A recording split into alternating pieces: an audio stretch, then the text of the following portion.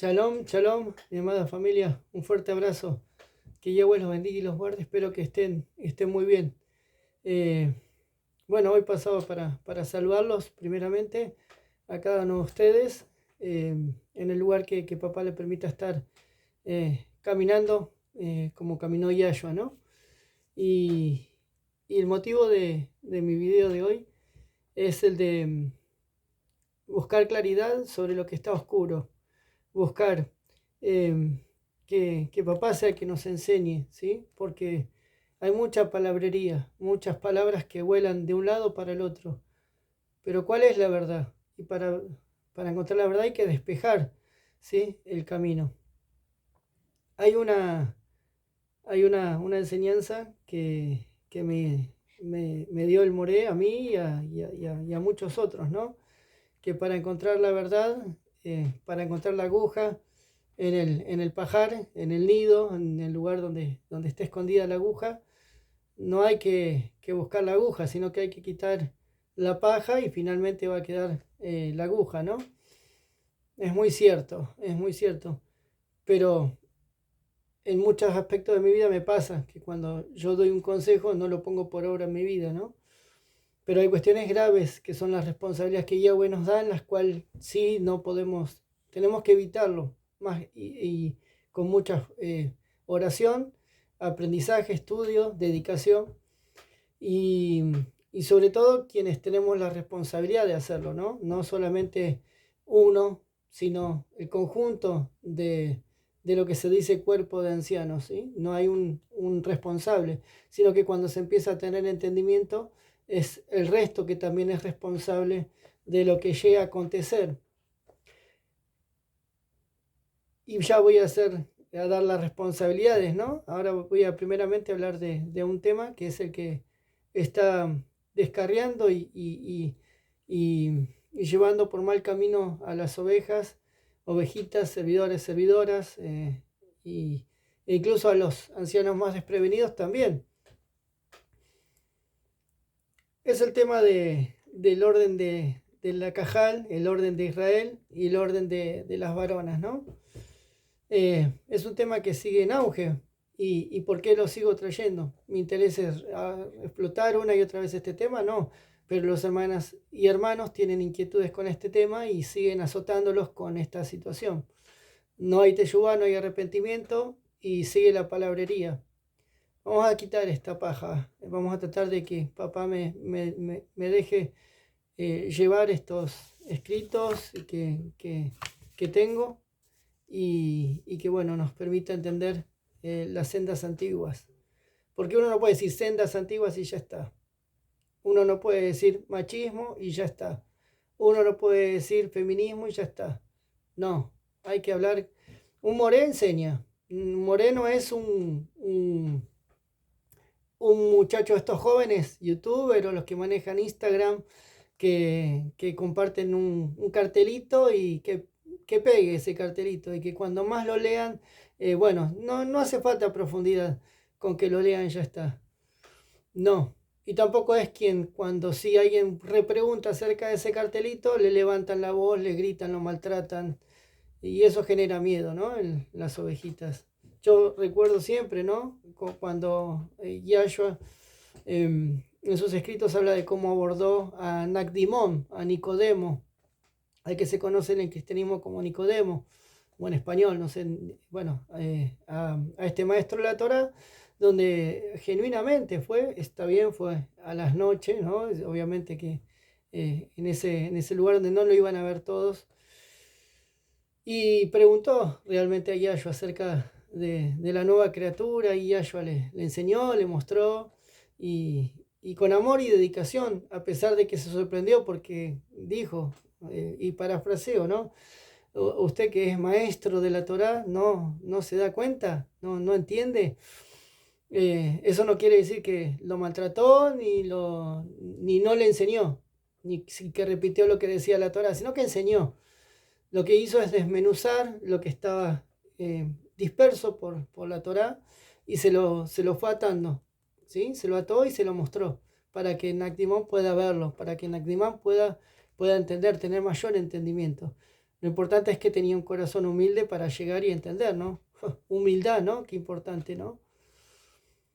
A mí se me enseñó en principio el instrumento que me trajo a papá y a que siempre hay que buscar las sendas antiguas, hay que buscar lo que nos lleve a tener respuestas de Yahweh. Cuando yo vi que se hablaba de las cuevas del Qumran, espero que sepan de qué se trata y si no, es importante que estudien.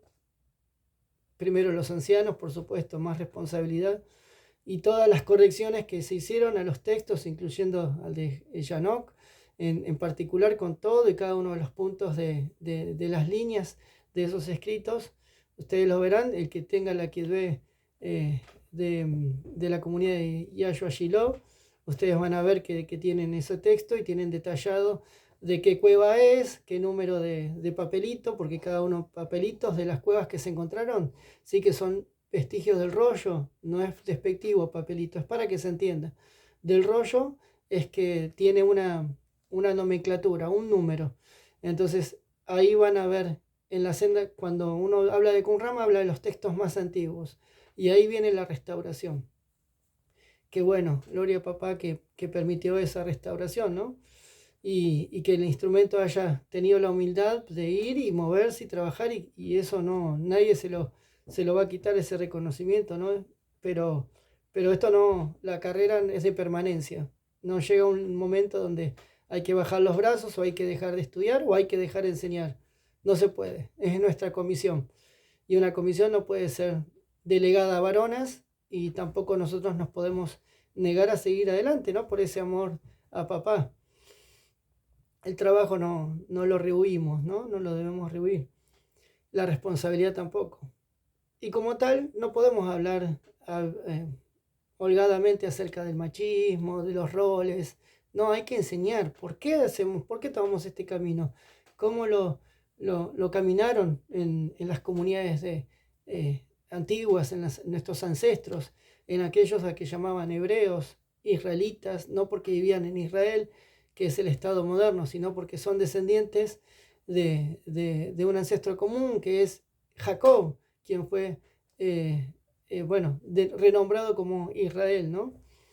Entonces, hoy en día se quiere romper con ese orden poniéndole muchos títulos. Y para defenderlo se usa el desprestigio. Se usan palabras que comúnmente en la televisión, en las películas, lo que hacen es denostar a quien está practicando una idea, ¿no? Entonces, oh, vos sos machista.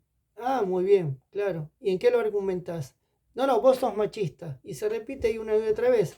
Y queda impregnado en quien lo escucha, ¿sí? En el oído carnal, por supuesto, lo espiritual a eso no lo va a afectar porque eso tiene que parte con el mundo, no con Israel. Para la terminología del mundo, espero que quien la utilice sepa qué significa. El machismo tiene que ver con el patriarcado, ¿no? Una comunidad patriarcal.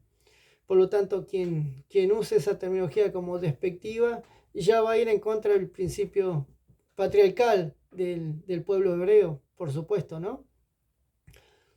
Uno puede decir, pero More, ¿qué está hablando? ¿De qué está diciendo? Si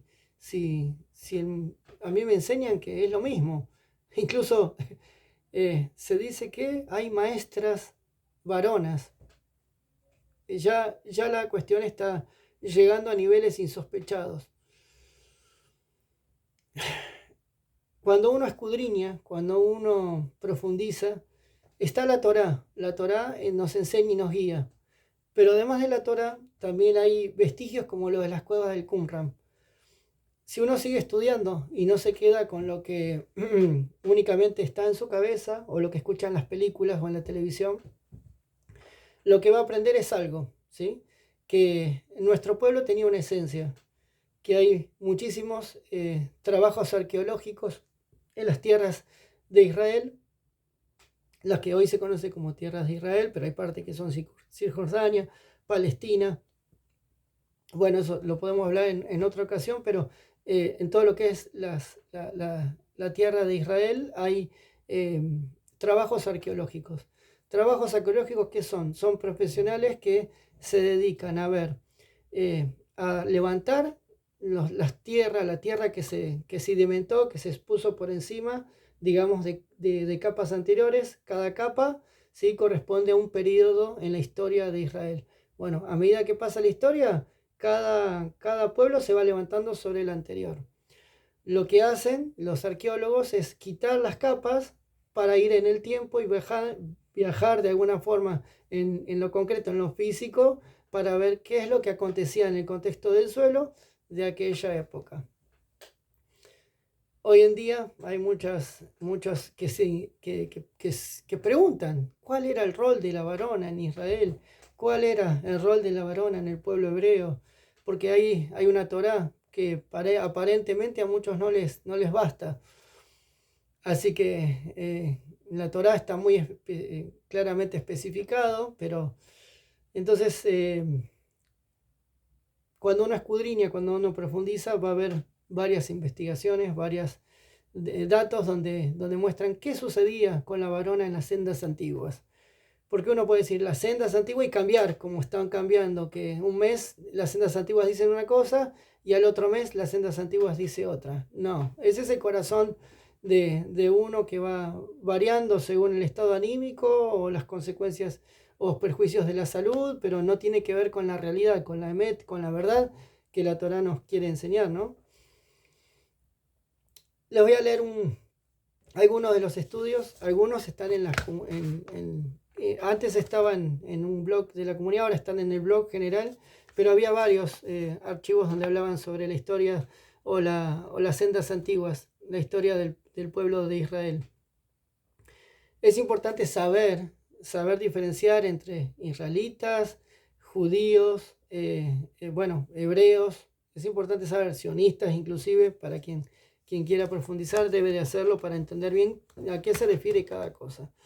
Sí, porque holgadamente usamos palabras, pero son importantes las palabras, sobre todo para el que estudia la Torá. Si sos moré y estás estudiando y querés aprender y querés enseñar, tenés que entender que las palabras no son superfluas y que tienen una importancia. Claramente los labios puros no tiene que ver con hablar en hebreo, no tiene que ver con hablar en determinado idioma o jerga o si sabe arameo o no. El labio puro tiene que ver con la verdad, con la emet. Pero sin embargo, para entender, para aprender es importante escuchar y ver, leer con los ojos espirituales la palabra lo que realmente nos muestra Yahweh en su esencia. En el libro de Temata, ¿sí?, es un estudio de una revista de filosofía. Ustedes en el mundo van a encontrar un montón de cosas. Los arqueólogos que entraron a la cueva de Qumran tienen un objetivo, ¿sí?, que es unos filosóficos, otros intelectuales, otros históricos. Lo que nosotros hacemos como israelitas es tomar lo que edifica, tomar lo que nos enseña y nos muestra el camino para esas sendas antiguas, como se hizo en la restauración de la Kitbe, ni más ni menos, en muchos de los puntos, ¿no? Muchas de las correcciones que se hicieron. En este texto ustedes van a encontrar algunos párrafos donde se van a poner nerviosos, porque no van a entender. Pero cuando uno estudia y profundiza, sobre todo el que conoce la historia del pueblo de Israel, va a entender y no van a poder meterle gato por liebre. Y voy a uno de los párrafos en la página número 90. La sociedad hebrea primitiva, como todas las de su tiempo, la sociedad hebrea primitiva, como todas las de su tiempo, era patriarcal. Empezamos con el primer renglón y que pueden llegar a sentirse abrumadas o abrumados, ¿no? Bueno, primero, hebrea primitiva, ¿no? Vamos a la historia en sus orígenes. Patriarcal. Si uno le dice a alguien machista, ya ese que le está diciendo machista, bueno, el que lo dice va a hablar de que no existe el patriarcado, ¿sí? No existe tampoco el matriarcado para algunos, o para algunos va a ser matriarcado, pero ya está desentendiendo lo que la Torá dice. Por eso mucho de utilizar jerga del mundo es complicado para un maestro de la Torá. Entonces, era patriarcal. Es decir, la mujer ocupaba una posición subordinada a la del hombre. Pero Moré, usted qué machista que está haciendo, a pesar de que no es precisa la palabra machista, está siendo machista. perdón, hay que profundizar. La mujer ocupaba una posición subordinada a la del hombre. ¿Qué quiere decir subordinada? De sujeción al orden. ¿Qué quiere decir subordinada en otra de sus acepciones? Que complementa, ¿sí? Que complementa a lo anterior, en ese orden de sujeción. Por lo tanto, hay un orden. Acá lo que nos muestra ya, seguramente quien hizo esta investigación, ya quien quiera me lo comparte y se lo hago llegar, no haya tenido el entendimiento que ustedes tienen, mis hermanos y hermanas, acerca de la instrucción, de Yahshua, de su camino, de la verdad, de la Emet. Pero nosotros sabemos y conocemos esta sujeción. Sabemos, ellos lo intuyen o ellos lo aprenden a través de lo que ven, descubren, encuentran. Pero nosotros sabemos la profundidad de esta sujeción. Y vamos de vuelta. La sociedad hebrea primitiva, como todas las de su tiempo, ¿sí? Esto puede ser subjetivo, era patriarcal. La mujer ocupaba una posición subordinada a la del hombre. Debía sujetarse a la autoridad paterna hasta que contraía matrimonio, momento en que pasaba a ser propiedad del esposo.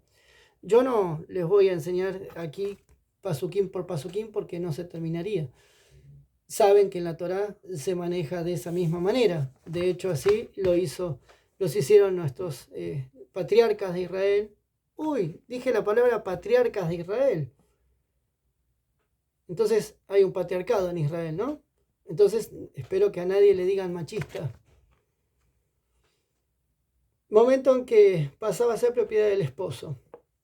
Esta costumbre se encuentra ilustrada en la Biblia o en la Kitbe o en la escritura, el nombre que utilicen, en la historia de Jacob y Raquel, en la cual él tuvo que trabajar 7 años para pagar la dote a su suegro y casarse con su amada, ¿no? Esto lo van a encontrar en Génesis, en capítulo 29, del 20 al 35, no es un secreto, también primeramente saben que trabajó 7 años, pero en primera instancia contrajo matrimonio con su otra hija porque tenía prioridad por ser mayor a ella, a Raquel, en este caso, como se dice en español, ¿no?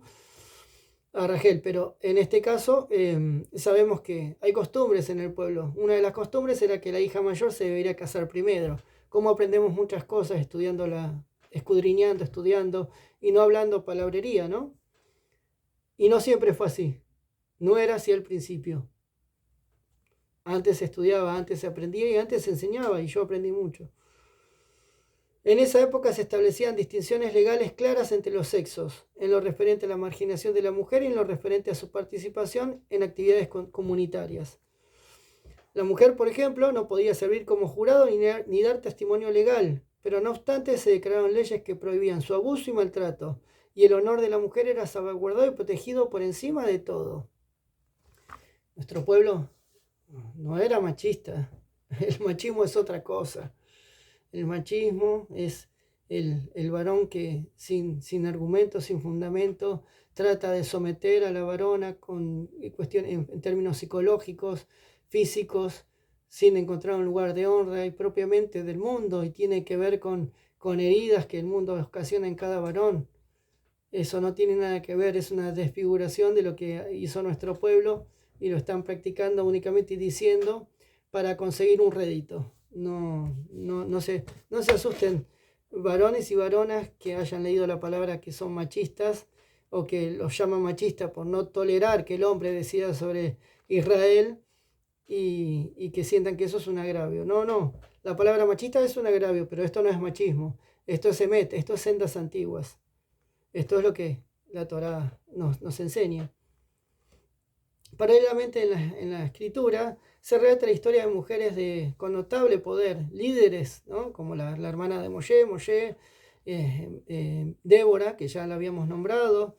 Débora, ¿quién es? Esta profetisa. Sí, muy bien, eso sí, la varona es utilizada como instrumento y como profetas de nuestro pueblo, llegado el caso, ¿sí? Llegado en que papá sí lo permite y sabe por qué lo permite en determinados momentos.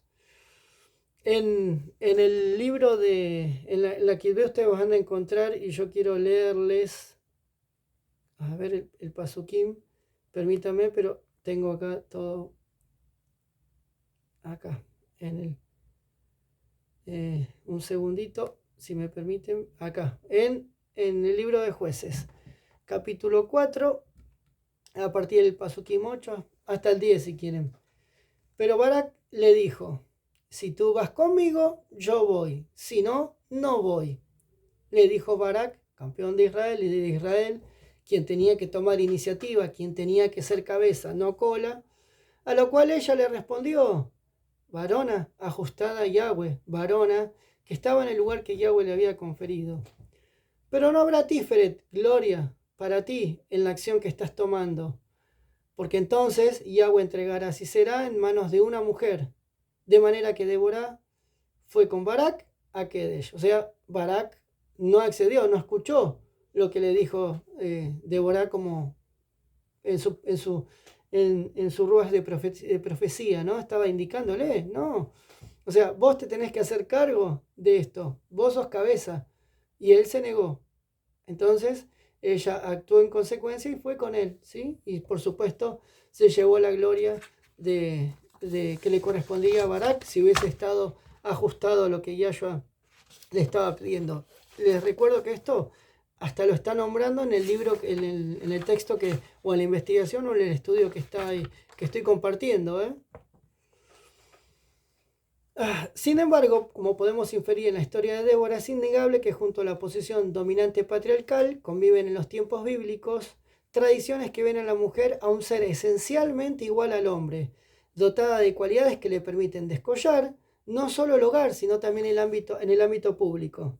Por supuesto, la mujer no era relevante solamente en el ámbito del hogar, sino que cuando había desorden, había esta cuestión de que sobresalía también en el ámbito público, ¿no? Cuando el varón no tomaba su lugar, la varona aparecía. ¿Sí? Ahora voy a contar otro ejemplo, a compartir otro ejemplo. No era habitual, no era normal. Por eso son casos extraordinarios y por eso está denunciado de esta manera en la Kitbé por parte de Débora. No es casualidad. Siempre hay que estudiar, y esto lo saben muchos, ¿no? El texto en su contexto y aplicado a la vida cotidiana. Y Yahweh siempre está con nosotros y no cambia, ¿sí? Yahshua está vivo, ¿sí? Pero actuemos como tal, actuemos en consecuencia. Dentro de esta sociedad surgen refranes y proverbios a los que la imagen de la mujer y la imagen materna ocupan un lugar preponderante. La familia en promedio de Israel tenían 6 hijos, ¿sí? ¿Cómo es posible que teniendo 6 hijos, las mujeres en promedio, es decir, las varonas tenían más hijos? Había familias de 12, 13, 14. La poligamia, que es otra cosa de esa época, que por supuesto Yahshua nos enseñó el camino, pero que esto tiene que ver con lo siguiente. Dentro de la sociedad, la varona tenía roles preponderantes en el hogar. Y cuando había desorden, cuando había que tomar la iniciativa, la varona, al igual que el hombre, puede tener virtudes, tiene la inteligencia para la guerra, la inteligencia para utilizar informática, para saber de ortografía, escribir, para saber ordenar si es necesario. Pero esto es lo que pide Yahweh a sus comunidades, esto es lo que pide papá a su pueblo. El ejemplo claro de estas mujeres maternas que ocupan lugares, estas mujeres que practican la maternidad, que practican el ser pilares de hogares, son Sara, Rebeca, Raquel, Lía, definidas como pilares de toda una nación. Los pilares de Israel en su lugar, el rol de varona. Gloria a papá. La mujer, aunque se veía sometida a ciertas limitaciones, estaba obligada a cumplir con mandamientos de importancia, lo que permitía participar en la vida comunitaria. Era considerada parte esencial en la transmisión de la identidad hebrea en el medio familiar. Pero ¿cómo dicen que está sometida la varona cuando está sujeta al orden de Yahweh? ¿Qué están diciendo? ¿Qué salen con esa capa y espada a los superhéroes modernos a decir yo las defiendo? ¿Defiende qué? Tiene que defender a Yahweh, tiene que defender a Yahshua, tiene que defender el orden de Yahweh, el orden perfecto. Desobediencia, desorden, libertinaje. Eso es libertinaje. Decirle maestras a las mujeres en el ámbito de Israel en cualquiera de sus formas. El papel de la mujer en aquellos tiempos se limitaba a su actuación dentro del hogar. No estaba obligada a cumplir con todos los preceptos de la fe. Y esto explica lo siguiente. Sobre todo con aquellos sujetos a horarios o a días concretos y que podían interferir con sus obligaciones en el hogar, con la familia y especialmente en la atención de sus hijos. Y desde siempre disfrutó del descanso del Shabbat, ¿no? Este es uno de los estudios, pero yo quería compartirle otros también porque uno no tiene que quedarse con un estudio, una visión, y uno puede tener, bueno, ese es un machista, una machista que escribió este estudio y que trató de reinterpretar los versículos de la Torá o la historia del pueblo de Israel y sus líderes patriarcales, y bueno, pero sigue siendo machista, ¿no? Hay otros textos en la escritura, además de los que ustedes ya lo habrán visto en el blog de la comunidad. En esta suerte de estudios y profundización de la arqueología, se encontraron en el pasado vestigios de muchos hornos, contextos de trabajo, contextos de comida, contextos de alimentación, de trabajo del grano. ¿Por qué? El pan es importante. Ustedes saben que el pan en el pueblo hebreo era importante. Por eso muchos de los pasajes hacen alusión al pan. Entonces acá en uno de los estudios arqueológicos se encuentra la importancia de la varona dentro del ámbito del hogar como pilar en cuanto a la comida. Se encontraron por doquier las máquinas para hacer grano, unas máquinas donde se giraba para moler el grano y hacer harinas, generar la harina para poder hacer el pan. Se encontró que en las dietas básicamente tenía mucha cantidad de harina y aceite, sal también. Y voy a leerles un minutito. La esencia de la vida. Probablemente el ejemplo más importante de cómo funcionaba en aquella época, todo es la producción de alimentos a base de granos. En avena, pero más a menudo como pan. Los granos eran literalmente la esencia de la vida, ¿sí? La vida en cuanto a esa parte, la parte alimentaria, ¿no? Los granos eran tan importantes que la palabra pan en hebreo, lejem, ustedes ya lo saben, lejem, a veces significa comida o una comida según el contexto de la escritura, ¿no? Los granos cultivados no son directamente comestibles. Saben que uno no puede ingerir granos y alimentarse, no se puede asimilar por el cuerpo. Estos deben transformarse en harina y luego ser horneados para obtener su valor nutricional para que alimenten. Producir harina era una tarea laboriosa en los días previos a la invención de la molienda, ¿no? Más adelante, con la tecnología. Utilizando herramientas hechas a piedras para moler, las cuales se encuentran por doquier en las excavaciones, ¿sí?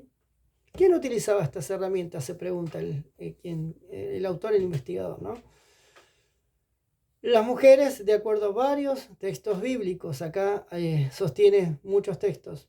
Por ejemplo, en el libro de Jueces 9, 53 54, la segunda de Shemuel 11, 21, en cual se encuentra la mujer de Tebes que usa la piedra para moler, ¿sí? Para salvar al pueblo, ¿no? También en Isaías 47, del 1 al 2, donde Babilonia es personificada como una mujer quien pierde su estatus real, convirtiéndose en una campesina que luego muele el grano para hacer harina. Hay argumentos toráticos donde encontramos aquí, ¿no? Esta tarea que hacía la varona, y que hay otros estudios que hablan que era a primera hora de la mañana para llegar a la hora que tenían que desayunar y ya tener la harina preparada, ¿no? Y que la varona hacía este ejercicio, esta tarea. También se encontraron otras cuestiones dentro de esta investigación arqueológica, ¿no? Había hornos de barro, ¿sí? Aquí dice similares a los que se usan hoy mismo en las aldeas remotas de Oriente Medio, ¿sí? Pero en la capa, ¿sí? Arqueológica que correspondería a la etapa del pueblo hebreo en su auge, ¿no? Eran muy comunes en Israel, ¿sí? Y se hacían en patios comunes inclusive. Esos patios comunes donde la varona podía llegar a compartir ese horno, el trabajo del encendido del fuego, y el trabajo en el pan y la molienda con otras varonas, donde en ese ejercicio del trabajo, en el horno, en la cocina, en la cuestión que ameritaba la base de la vida israelita en ese tiempo, hacía esa tarea de demoler.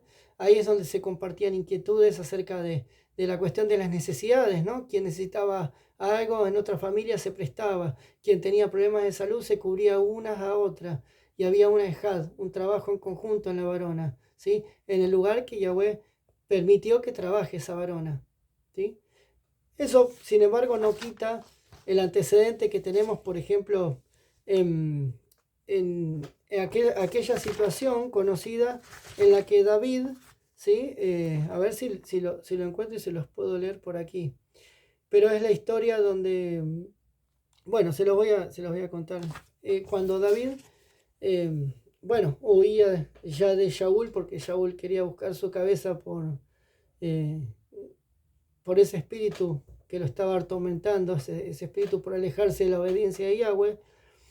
En una de las situaciones va y manda a sus soldados a que pidan una porción de lo que le correspondía por el trabajo de cuidar a los rebaños de una de las porciones de la tierra de Israel, ¿no? Se niega el varón de muy mala manera, el cabeza de hogar, se niega el soldado de David y no le da un solo peso, no le da dinero, no le da nada, no le da comida, no le da carnero ni oveja, no le da ninguna paga por su trabajo. Se va el soldado y por supuesto cuando le cuenta a David enfurecido se va a ir con las tropas por supuesto, a eliminar a esa familia, ¿no? Abigail, que era su esposa, se percató de esta situación y como de vuelta pasa lo mismo, ¿no? Como pasó con Barak. En este caso había desorden, este varón no veía no tenía gratitud con esos varones que estaban protegiendo a su redil, que hubiese sido totalmente robado y hasta ultrajado a su esposa por parte de los filisteos. Pero no lo supo ver ese varón, un varón engreído, un varón con corazón endurecido. Abigail raudamente y sin dudar levantó, se puso con sus camellos, levantó toda la comida y alimento que podía proveer al ejército de David y se levantó y cumplió con esa función. Pudo hacer eso, ¿por qué Abigail? Porque la varona no era sometida, no era opacada por el machismo de esa época, no, tenía su lugar de honra, su lugar de privilegio, podía hacer uso de las mercancías que había en el hogar, podía hacer uso de los camellos, podía decidir irse, se fue de hecho. Pero ¿por qué lo permitió Yahweh? ¿Por qué lo hizo? Porque su esposo se opuso a la voluntad del Padre. Por eso dice la Torá, por eso dice la Escritura, obedezcan y sujétense a sus esposos, pero en todo de lo que es de Yahweh. Lo mismo así cada siervo con su pastor. Si el pastor le empieza a dar enseñanzas que no son de Yahweh, no son de Yahshua, esas no las deben seguir, no las deben de cumplir. Cuando Abigail llegó a David, pidió perdón, por supuesto, pidió perdón en nombre de su esposo. Imagínense el desorden cuando el esposo era el que en realidad era el que intervenía cuando sus esposas hacían acuerdos y que ellos no estaban enterados. Y eso está en la Torá, es una ley, lean el libro de Levíticos. Entonces, pidió perdón a David, le entregó la mercancía. David ahí le explicó que bien hizo en acercarse porque iba a ir y si llegaba a esa vallita iba a tener que ser eliminada toda la vallita completa. Eso incluía a todos los que pertenecían a la casa de este hombre. ¿Qué quiere decir con esto, toda esta historia? No quiero alargarme demasiado porque no es el eje de este video. Yo lo que quiero transmitirles es que no se dejen guiar por la palabrería. Quienes estén queriendo aprender las sendas antiguas tienen que estudiar, tienen que escudriñar. Quienes quieran enseñar las sendas antiguas tienen que enseñar. No utilizar palabrería, no utilizar las técnicas de marketing que utilizan en Instagram, en todas las redes sociales, no sé cómo las que sean. No son un adolescente que mandan un mensaje de 3 oraciones. Y yo de vuelta no soy respetuoso. Veo en las obras lo que está pasando. Enseñen Torah. Los que no saben aprendan. lo que se den cuenta, hagan teshuvá. Con esto quiero decir otra cosa. Hay varonas que se dan cuenta de lo que está pasando, se dan cuenta que hay desorden y toman decisiones. Las ovejas, cuando el pastor está descarriado, toman las decisiones que toman de manera apresurada, quizás porque así debe de ser. Pero la ovejita que se vaya, ovejita que se pierda, hay un responsable. Y ya no es únicamente el líder de la comunidad, sino que son los ancianos que están viendo lo que está pasando y no hacen nada para impedirlo. No buscan la justicia de Yahweh. ¿Por qué permiten que pongan mensajes arbitrarios, sin base torática? ¿Por qué lo permiten? ¿Por qué no impiden que a las ovejitas se les enseñe mal? ¿Por qué no impiden que a las ovejitas se las hostigue? ¿Por qué no impiden que a las ovejas se les pegue? ¿Por qué? Aprendan, escudriñen. Lo que pasó con esa restauración de Akivé en muchos de los aspectos, gloria a papá, gloria a Yahweh. Yahweh permite muchas cosas, este descubrimiento de las cuevas de Qumran, por ejemplo, y después la posterior restauración. Pero las sendas antiguas no es un juego. Yo no puedo decir hoy, la varona no tiene este rol y al siguiente día decir que sí. Barak perdió la gloria de esa batalla, por supuesto, del momento donde él decidió permitir que Débora vaya. Y no fue que permitió, le pidió. Si vos no vas, yo no voy. No supo ver lo que le había dado Yahweh. No supo verlo. Y la varona no se tiene que sentir menos porque Débora, ustedes se piensan que era una varona que era sometida, que era maltratada, que acaso sufría el machismo indiscriminado del pueblo de Israel. Ridículo. Quien dice eso no conoce la Torá, y el que la conoce está cegado. ¿Por qué? Porque quiere llegar a aplicar sus propias políticas de hombre. Pero no todos son iguales. Escuchen, paren. Esto no vaya más de acá. Pongan límites. Varones, sacerdocios, ya lo dijo Yahshua. Ustedes son responsables. Nosotros somos responsables, pero cada uno va a tomar la decisión de seguir a Yahshua o seguir al hombre. No pueden tener su corazón dividido como algunos de ustedes, incluso en el cuerpo de ancianos. No pueden admirar o decir qué bueno lo que hace este, pero yo estoy acá porque no puedo hacerlo. Sí podés, sí pueden, pero hay que decidirlo. Sí podía decir, Barak, voy yo me hago cargo, tengo miedo, pero Yahweh va delante mío. Confío más en tener a la varona al lado que en Yahweh para tomar esa decisión. Las comunidades que la varona tiene todos estos talentos públicos que los quiere poner y hacer públicos, que el varón tome responsabilidades, saben y conocen porque trabajan, porque se esfuerzan. Qué bueno, eso al hogar. Varón, toma esa responsabilidad y hacete cargo de las comunidades. Maestros, enseñen eso. Enseñen lo que enseñaron los patriarcas. Pongan las palabras correctas, usen las palabras correctas. No tomen palabras de películas o de psicología moderna para poder sostener sus políticas.